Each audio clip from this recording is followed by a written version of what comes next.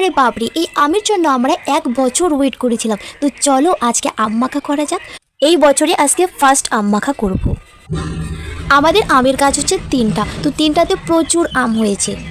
আচ্ছা, তোমাদের প্রিয় টক ফল কি অবশ্যই কমেন্টে জানিও। আমার তো গাছ থেকে আম পাড়া হয়ে গেল, এখন আমগুলোকে স্নান করে নিয়ে এগুলোকে মাখা করে নিব।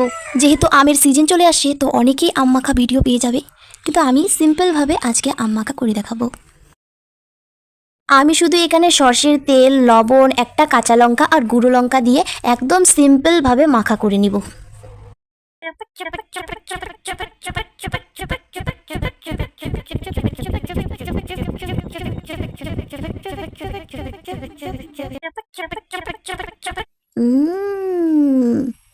দারুণ।